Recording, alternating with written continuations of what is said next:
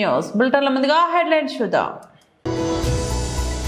తెలంగాణ భవన్లో బీఆర్ఎస్ నాయకుల press meet.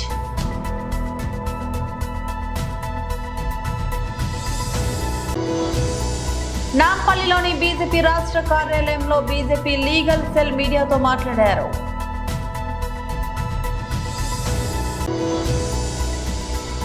YSRCP state secretary రాష్ట్ర అధికార ప్రతినిధి జూపూడి ప్రభాకర్ రావు ప్రెస్ మీట్.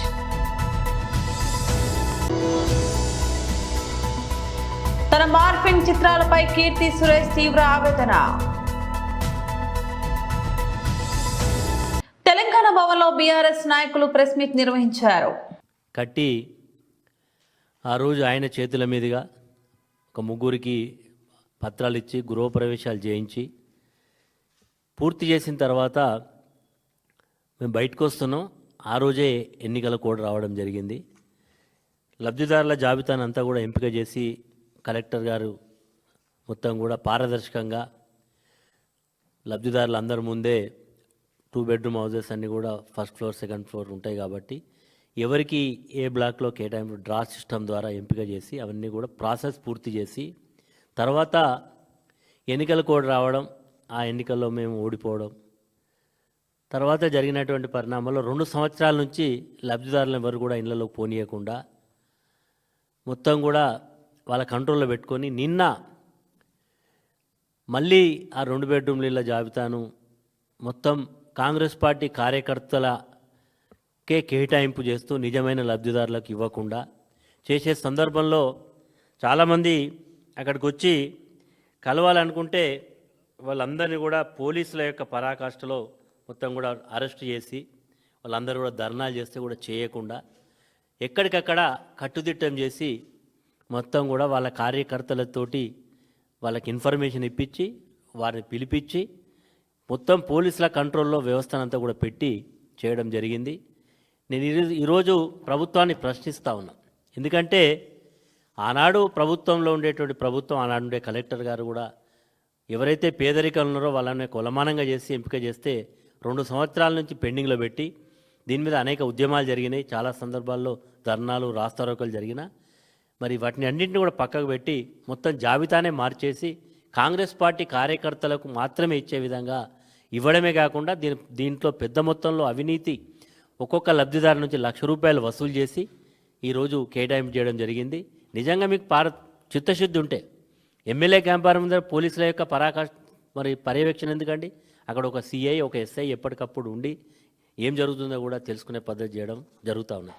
అదేవిధంగా శ్రీమతి జువ్వాటి సుమలత అనేటువంటి ఆమె గోరికొత్తపల్లి మండలం కొత్తపల్లి విలేజ్లో ఆమె ఇంటి కొరకు 2 బెడ్రూమ్ల ఇల్లు కొరకు పెట్టుకుంటే ఆమెకి ఇల్లు వచ్చినట్టుగా ఇండ్రు వచ్చినట్టుగా చెప్పడం జరిగింది. ఆమె లిస్టులో ఆమె పేరు ఉండడం జరిగింది. ఆమె బీఆర్ఎస్ పార్టీ కార్యకర్త యొక్క భార్య అని చెప్పి ఆ రోజు చివరి నిమిషంలో ఆమెకి ఇవ్వకుండా మరి ఆఫ్ చేస్తే ఆమె ఎంపీడీఓ దగ్గరికి, కలెక్టర్ దగ్గరికి అనేక సందర్భాలు తిరిగితే కూడా ఎలాంటి ప్రయోజనం లేకపోతే ఆర్టీ యాక్ట్లో అడిగిన నాకు వచ్చినటువంటి ఇండ్లను ఎందుకు మీరు ఇవ్వట్లేదని అడిగితే ఎంపీడీఓ ఇచ్చినటువంటి సమాధానం స్థానిక శాసనసభ్యుడి యొక్క అబ్జెక్షన్ మేరకు మీకు ఇల్లు ఇవ్వడం లేదని చెప్పి ఆర్టీ యాక్ట్లో ఇవ్వడం జరిగింది. దీన్ని బేస్ చేసుకొని నాంపల్లిలోని బీజేపీ రాష్ట్ర కార్యాలయంలో బీజేపీ లీగల్ సెల్ మీడియాతో మాట్లాడారు. మనందరికీ తెలిసిందే, బండి సంజయ్ గారి అత్తగారు చనిపోయినప్పుడు వాళ్ళ అత్తగారు 10వ దినం సంతాప దినాలలో ఉన్నప్పుడు అప్పటి రాష్ట్ర ప్రభుత్వం అమానుషంగా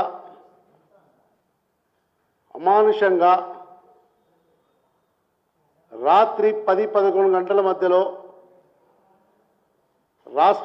అప్పటి రాష్ట్ర అధ్యక్షుడైన శ్రీ బండి సంజయ్ గారిని అమానుషంగా అరెస్ట్ చేసి రాత్రి మొత్తం ఎక్కడెక్కడో తిప్పి పొద్దున 6 గంటలకి గాజుల రామారాం పోలీస్ స్టేషన్కి తీసుకొని వచ్చిన విషయం కూడా గతంలో అందరికీ తెలిసిందే.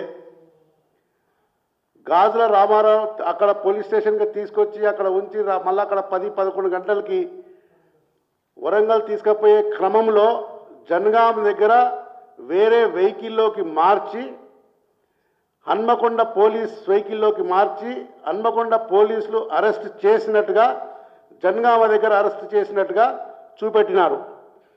ఏ విషయంలో అని తర్వాత మేము ఎంక్వైరీ చేస్తే, ఆ రోజు అడ్వకేట్స్గా మేము ఉన్నాము, ఆ రోజు మేము కూడా వెహికల్స్ని వెంబడించడం జరిగింది. ఏం జరుగుతున్నది, ఎక్కడికి తీసుకుపోతున్నారని. మాకు తెలిసింది ఏంటంటే, కమలాపూర్లో గవర్నమెంట్ స్కూల్లో ఒక పరీక్షా కేంద్రంలో ఒక ప్రశ్నాపత్రం దొంగలించడం జరిగింది. దానికి బండి సంజయ్ గారు ప్రేరేపించారు.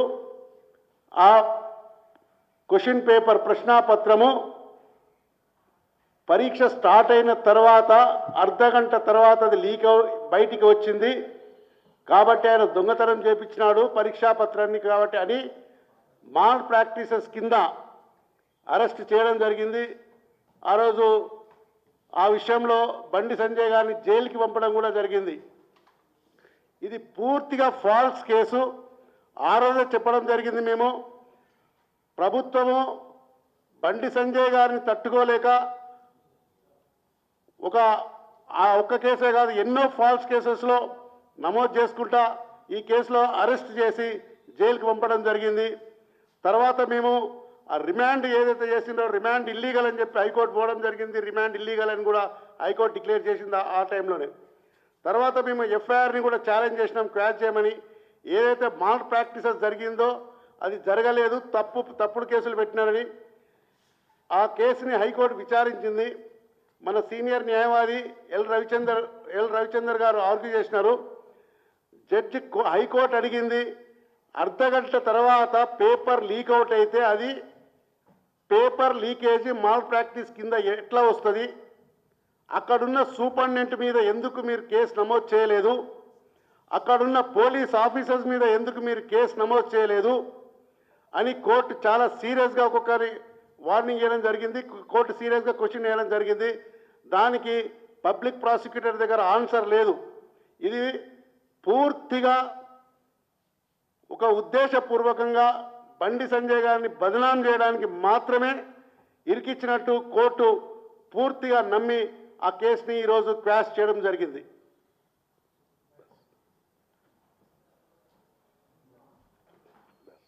వైఎస్ఆర్సీపీ స్టేట్ సెక్రటరీ రాష్ట్ర అధికార ప్రతినిధి జూపూడి ప్రభాకర్ రావు ప్రెస్ మీట్ నిర్వహించారు.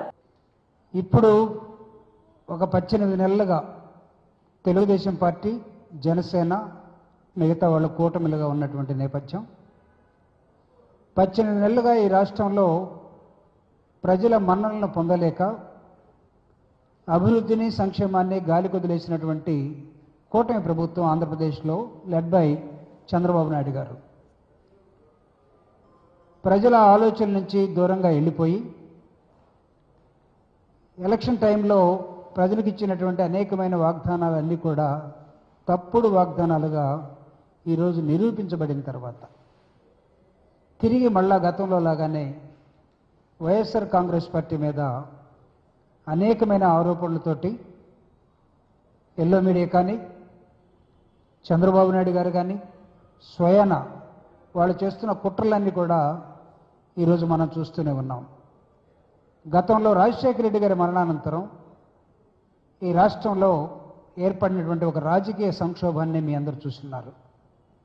ఆ టైంలో జగన్మోహన్ రెడ్డి గారు ప్రజలకు ఇచ్చిన మాట కోసం రాజశేఖర రెడ్డి గారి మరణానంతరం మరణించినటువంటి ఆ కుటుంబాల దగ్గరికి వెళ్తానని, ఆ క్రమంలో కాంగ్రెస్ పార్టీ తన వైఖరిని జగన్మోహన్ రెడ్డి గారి కుటుంబానికి వ్యతిరేకంగా తీసుకోవటం, మాట మీద నిలబడినటువంటి జగన్మోహన్ రెడ్డి గారు ప్రజల దగ్గరికి వెళ్ళి నాన్నగారి కోసం మరణించినటువంటి కుటుంబాలని ఓదారుస్తానని చెప్పినటువంటి నేపథ్యంలో కాంగ్రెస్ పార్టీ, తెలుగుదేశం రెండు కలిపి ఆ సమయంలో 2011 తర్వాత జగన్మోహన్ రెడ్డి గారి మీద పెట్టినటువంటి కేసులు కానీ, పన్నినటువంటి కుట్రలు కానీ ఇవి ఇంకా ఈ రాష్ట్రంలో ప్రజలు, రెండు రాష్ట్రాల్లో కానీ మర్చిపోలేదు. అప్పుడు పెట్టినటువంటి కేసులు, ఆ కేసుల్ని ఒక పర్వతంలాగా, ఒక శిఖరంలాగా ఎదుర్కొని జగన్మోహన్ రెడ్డి గారు ఓదార్పు యాత్రతోటి ప్రజల్లో తిరిగి ప్రజల మన్ననలు పొంది 2019-24 మధ్యలో పరిపాలించినట్టు పరిపాలన ఈ రోజుకి ప్రజలు గుర్తుపెట్టుకున్నారు. ఆయన లండన్ ఇటీవల వెళ్ళినప్పుడు లండన్ వెళ్లే ముందు కోర్టుకి చెప్పినటువంటి నేపథ్యం ప్రకారం ఖచ్చితంగా కోర్టుకు వచ్చి కోర్టులో హాజరు వేయించుకుంటాం అని చెప్తే దాన్ని సిలువలు పలువులుగా చేసినటువంటి Telugu Desam and co yellow media మొత్తం కూడా విషపు రాత్రులు రాసి జగన్మోహన్ రెడ్డి గారు ఇదిగో కోర్టు అంటే లెక్క లేదన్నట్టుగా 5-6 సంవత్సరాలుగా కోర్టు డైరెక్షన్లోనే జగన్మోహన్ రెడ్డి గారు ప్రభుత్వంలో ఉండి తను పర్మిషన్లు తీసుకున్న విధానం మీ అందరికీ తెలుసు. కానీ ఈరోజు కోర్టుకు వస్తూ ఉంటే జగన్మోహన్ రెడ్డి గారి కోసం దాదాపు బేగంపేట ఎయిర్పోర్ట్ కానీ, నాంపల్లి సిబిఐ కోర్టు దగ్గర కానీ, లోటస్ పాండ్ తన నివాసం దగ్గర కానీ వేల మంది జనం జగన్ కోసం వచ్చి చూసినటువంటి ప్రముఖ కథానాయిక కీర్తి సురేష్ తన పేరుతో ఆన్లైన్ లో సర్క్యులేట్ అవుతున్న ఏఐ మార్ఫింగ్ చిత్రాలపై తీవ్ర ఆవేదన వ్యక్తం చేశారు. డీప్ ఫేక్ టెక్నాలజీతో సృష్టించిన ఈ నకిలీ ఫోటోలు తనను మానసికంగా ఎంతగానో బాధిస్తున్నాయని, విసుగు పుట్టిస్తున్నాయని సోషల్ మీడియా వేదికగా వాపోయారు. ఈ నకిలీ చిత్రాలు ఎంత సహజంగా ఉన్నాయంటే వాటిని చూసినప్పుడు నిజంగానే తాను అలా ఫోజు ఇచ్చావా అని తనను తానే ప్రశ్నించుకునే పరిస్థితి వచ్చిందని కీర్తి తెలిపారు. ఏఐ సాంకేతికత ఎంత ప్రమాదకరంగా మారుతుందో చెప్పడానికి ఇదే నిదర్శనమని ఆమె పేర్కొన్నారు. రోజు రోజుకు పెరుగుతున్న ఈ టెక్నాలజీ సామర్థ్యాలను నియంత్రించడం కష్టంగా మారుతుందని ఆందోళన వ్యక్తం చేశారు.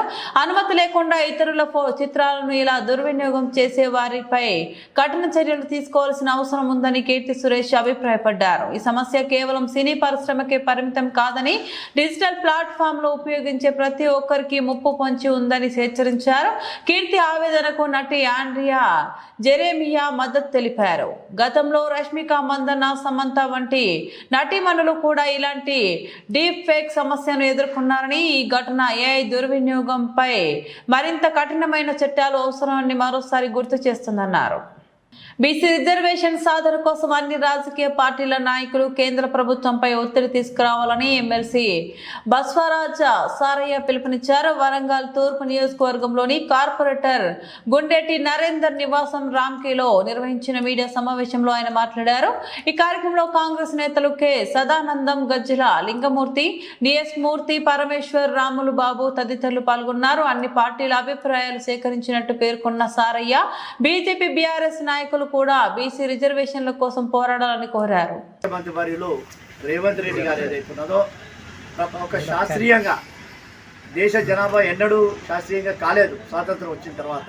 అటువంటి దాన్ని ఏదైతున్నదో శాస్త్రీయంగా కులగణన చేస్తే బాగుంటుంది. కులగణన చేసి దాని తదనుగుణంగా మనము ఈ రిజర్వేషన్ల ప్రక్రియ కొనసాగిస్తే బాగుంటుంది అని చెప్పి ఒక నిర్ణయం తీసుకొని 42% రిజర్వేషన్ ఇద్దామనే ఒక సత్సంకల్పంతో ఒక శాస్త్రీయ ప్రకారంగా దాన్ని కులగణన చేసిన విషయం మనందరికీ తెలిసింది.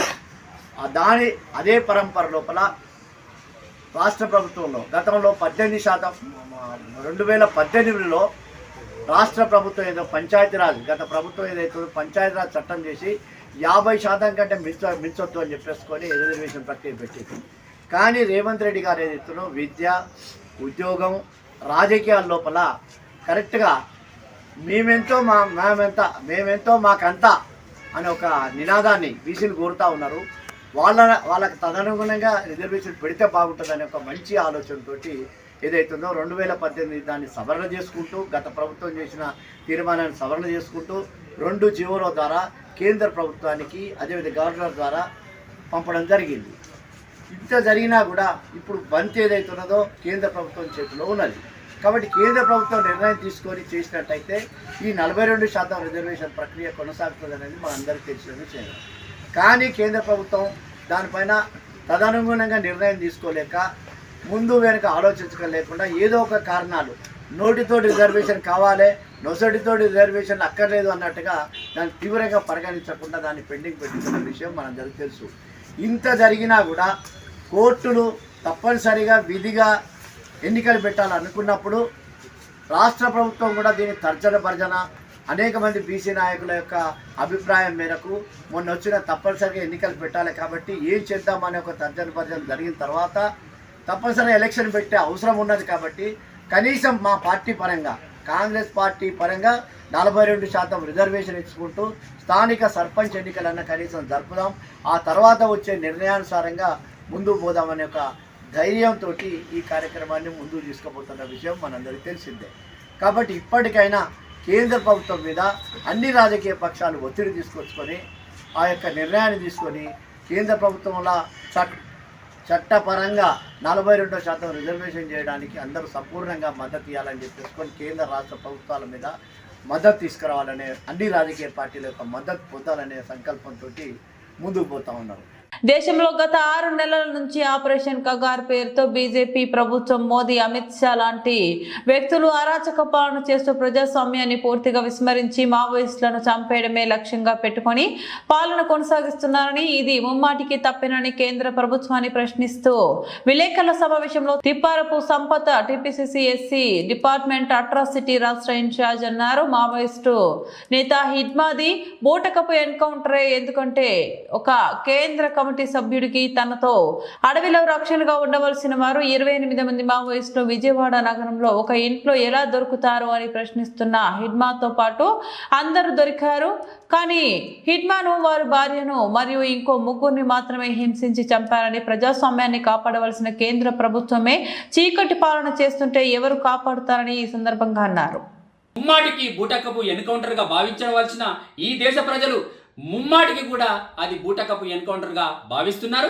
వారు హిగ్మా గత 20 సంవత్సరాల నుండి పీడిత గిరిజన హరిజనుల కోసం వారికి కనీస అవసరాలు, కూడు గుడ్డ, వైద్యం కావాలని కనీస అవసరాలు కోరడం జరిగింది. వారిని పరిష్కరించకుండా, ఆ సమస్యను కేంద్ర ప్రభుత్వం పరిష్కరించకుండా చంపడమే లక్ష్యంగా పెట్టుకొని చంపడం జరుగుతుంది. నేను అడుగుతున్నా, ఇవాళ మోడీ గారిని, అమిత్ షా గారిని సూటిగా ప్రశ్నిస్తున్నా, ఇవాళ హిగ్మా ఎవరిని వేధించుండు, ఏ ప్రజలను చంపిండు, ఆయనే చేసిన మోసం ఏంది? హిగ్మా చేసిన ఎక్కడన్నా బ్యాంకు దోపిడీ చేసిండా, ఎక్కడన్నా నేరం చేసిండా? ప్రజల కోసం, పీడిత ప్రజల కోసం పోరాటం చేసిన వారిని లొంగిపోవాల్సింది కోరడం జరగాలి. వారిని లొంగిపోకుండా చూడాలి. వారికి సంబంధించిన రక్షణకు సంబంధించిన 32 మందిని ఎవరిని కూడా లొంగిపోయి వాళ్ళను అరెస్ట్ చేయడం జరిగింది. కానీ ఈ 5 మాత్రమే, హిగ్మా ఆయనను మాత్రమే చంపడం జరిగింది. ఆయనే ఇవాళ ఒక గిరిజనుడు, ఒక గోండి జాతికి చెందినవాడు కాబట్టి, ఒక కింది జాతికి చెందినవాడు కాబట్టి ఇవాళ మోడీ, అమిత్ షా జీర్ణించుకోలేక దేశ ప్రజలు మొత్తం కూడా ఆయనను ఒక దేవునిగా పూజిస్తున్నారు కాబట్టి, పీడిత ప్రజలు పూజిస్తున్నారు కాబట్టి దాన్ని ఓర్చుకోలేకనే హిగ్మాను ఎన్కౌంటర్ చేయడం జరిగింది. ఇది ముమ్మాటికి ఇది హత్యగా భావించాలి. కోర్టులు కూడా సుమోటగా తీసుకొని వారి మీద కేసు నమోదు చేసి ఇవాళ ఎవరిని చంపినా కూడా నేరమే అని భావించాలి. ఈరోజు మోడీ గారు గత 11 సంవత్సరాల కిందట నేను ఎక్కడైతే ప్రభుత్వం ఫామ్ చేస్తే, మేము అధికారంలోకి వస్తే ఈ విజయ్ మాల్యా లాంటి, నీరజ్ మోడీ లాంటి, చందా కోచర్ లాంటి వారిని, రాణా కపూర్ లాంటి దేశ నేరస్తులను, ఆర్థిక నేరస్తులను, దేశం పారిపోయిన వారిని మేము తీసుకొస్తా, వాళ్ళను అరెస్ట్ చేసి జైల్లో పెడతా అని దేశానికి ఎవరైతే ఆర్థిక నష్టం చేసిన వారిని అరెస్ట్ చేస్తా అని చెప్పిన నీవు ఇప్పటి వరకు కూడా ఎవరిని కూడా అరెస్ట్ చేయలేదు. వారిని వేల కోట్ల రూపాయలు నష్టం చేసిన, వేల కోట్ల రూపాయలు ఎగ్గొట్టిన వారిని విడిచిపెట్టి ఎలాంటి నష్టం చేయని హిగ్మా లాంటి వారిని నేతను, హిగ్మా లాంటి మావోయిస్టు 20 సంవత్సరాలు ప్రజల కోసం పోరాటి, పీడిత ప్రజల కోసం పోరాటం చేసిన వారిని ఎన్కౌంటర్ చేయడం చాలా బాధాకరం. ఇది బీజేపీ ప్రభుత్వానికి తగదని సందర్భంగా అంటున్నా. ఎవరైతే మావోయిస్టులు ఉంటారో మావోయిస్టులను సరెండర్ కమ్మని, లొంగిపోమ్మని చెప్పండి, కానీ ఎన్కౌంటర్ చేయొద్దని ఇవాళ బీజేపీ ప్రభుత్వాన్ని కోరడం జరుగుతుంది. ఎన్కౌంటర్ చేయడం, ప్రాణాలు తీయడం వల్ల సమస్య పరిష్కారం కాదు. ప్రాణాలు తీయడం ద్వారా వారికి కూడు గుడ్డ నీడను ఏర్పాటు చేయవలసిన బాధ్యత కేంద్ర ప్రభుత్వాన్ని ఉంది. అక్కడ ఆయా రాష్ట్రాలలో, ఆయా ప్రాంతాలలో వారికి సౌకర్యాలు కల్పించాలి, సమస్యను పరిష్కరించాలి. కానీ మనుషులను చంపడం ఇది పద్ధతి కాదు, ఇది సమస్య పరిష్కారం కాదు. మరో రకంగా మళ్ళా ఉద్యమాలు పుడతాయని, ప్రజా ఉద్యమాలు చేసే పరిస్థితికి వస్తుందని ఈ సందర్భంగా తెలియజేస్తున్నాం. రామగుండం కార్పొరేషన్ పరిధిలోని సీతానగర్లో నివాసం ఉంటున్న అస్లాం తన ఇంటి ముందున్న ఆటో ప్రమాదవశాత్తు షార్ట్ సర్క్యూట్ అయ్యి పూర్తిగా దగ్ధం కావడంతో జీవనోపాధి కోల్పోయానని అస్లాం వారి కుటుంబానికి బీఆర్ఎస్ పార్టీ నాయకులు హరీష్ రెడ్డి ఫౌండేషన్ వ్యవస్థాపకులు వ్యాల హరీష్ రెడ్డి 10,000 రూపాయలు ఆటో డ్రైవర్ అస్లాంకు వారి చేతుల మీదుగా అందజేశారు. ఈ సందర్భంగా వారు మాట్లాడారు. ఈ కార్యక్రమంలో ఎండి జాహిద్ పాషా, పొలాడి శ్రీనివాసరావు, మెరుగు చంద్రమౌళి, కృష్ణస్వామి, బూరుగు వంశీకృష్ణ, నడిపెల్లి సాయి, బొట్ల పోషం, ఆటో యూనియన్ నాయకులు కడారి శ్రీహరి, అనుబాయ్, ఎలకలపల్లి అంజయ్య, మధు, బండి రాజు, మైనార్టీ నాయకులు ముజీబ్ తదితరులు పాల్గొన్నారు. పట్టణానికి చెందినటువంటి ఈ సీతానగర్ కాలనీకి చెందినటువంటి సోదరుడు అస్లాం ఆటో డ్రైవర్గా జీవనం కొనసాగిస్తూ ఉన్నాడు పాపం. అయితే ఒక వారం 10 రోజుల క్రితం నాకు ఇక్కడ ఉన్నటువంటి మా సోదరుడు శ్రీధర్ గారు ఒక ఇన్ఫర్మేషన్ ఇచ్చారు. ఈ సోదరుడు అస్లాంది, ఈ బ్రదర్ది తనకి జీవనోపాధి కలిగిస్తున్నటువంటి ఆటో అనుమానాస్పద రీతిలో మరి దగ్ధమవడం జరిగింది, కాలిపోయింది, తన జీవనాధారం కోల్పోయినాడు ఇవ్వాలని చెప్పేసి శ్రీధర్ సోదరుడు చెప్పేసరికి నేను ఖచ్చితంగా కొంచెం బాధ అనిపించి మరొక రోజు మనం ఒక చిన్న కార్యక్రమం చేసుకుందాం, వాడికి వచ్చి మన బ్రదర్కి కొంత మన ఫౌండేషన్ తరఫున హెల్ప్ చేద్దామన్న ఒక ఉద్దేశంతో ఈరోజు కొంత సాయం అందించడం జరిగింది. గతంలో కూడా మీకు గుర్తుంటే మా నాయకులు వర్కింగ్ ప్రెసిడెంట్ కేటీఆర్ గారి జన్మదినం సందర్భంగా ఇక్కడ ఒక పిలుపునివ్వడం జరిగింది. నేను ఈ నియోజకవర్గంలో ఎందరైతే ఆటో డ్రైవర్లు ఉన్నారో ఎవరికైనా మన ప్రాబ్లం ఉన్నా కానీ, మరీ ముఖ్యంగా ఎవరైనా మరణిస్తే కనుక వారి కుటుంబానికి నా ఫౌండేషన్ వ్యాల హరీష్ రెడ్డి ఫౌండేషన్ తరఫున ఆ కుటుంబానికి, మరణించినటువంటి కుటుంబానికి కొంత తోడ్పాటు ఇవ్వాలని చెప్పేసి 10,000 రూపాయలు ఇవ్వాలని చెప్పేసి ఆ రోజు కేటీఆర్ గారి జన్మదినం సందర్భంగా పూనుకొని అదే రోజు మరి అకాల మరణం చెందినటువంటి ఒక 20 మంది ఆటో డ్రైవర్ కుటుంబాలకి ఆ రోజు 2 లక్షల రూపాయలు అందివ్వడం జరిగింది. అలాగే దాని తర్వాత కూడా ఒక 2-3 ఆటో డ్రైవర్లు కూడా సాయం అందించడం జరిగింది. మరి కష్టాల్లో ఉన్న వారికి తోడ్పాటుగా ఈరోజు కూడా ఈ మిత్రుడి పాప ఆటో దగ్ధమైపోయిందన్న విషయం తెలుసుకొని బాధ అనిపించి తనకు కూడా కొంత సాయం అందించడం. ఇదే రీతిన కూడా నియోజకవర్గంలో, ఎందుకంటే ఈ ప్రభుత్వం వాస్తవంగా ఆటో డ్రైవర్లకు ఇచ్చినటువంటి ప్రధాన హామీని విస్మరించింది.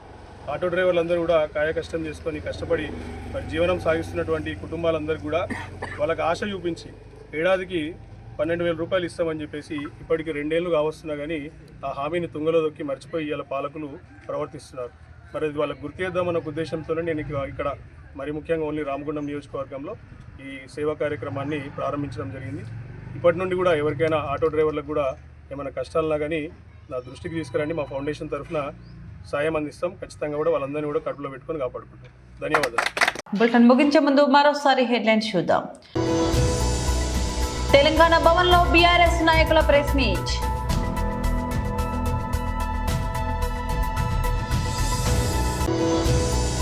నాంపల్లిలోని బీజేపీ రాష్ట్ర కార్యాలయంలో బీజేపీ లీగల్ సెల్ మీడియాతో మాట్లాడారు.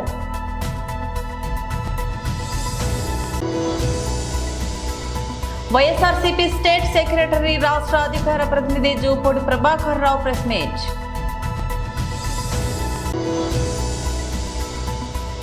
తన మార్ఫింగ్ చిత్రాలపై కీర్తి సురేష్ తీవ్ర ఆవేదన. ఇవి బులెటిన్ అప్డేట్స్. మరో బులెటిన్లో మళ్ళీ కలుద్దాం. అంతవరకు సెలవు. నమస్తే.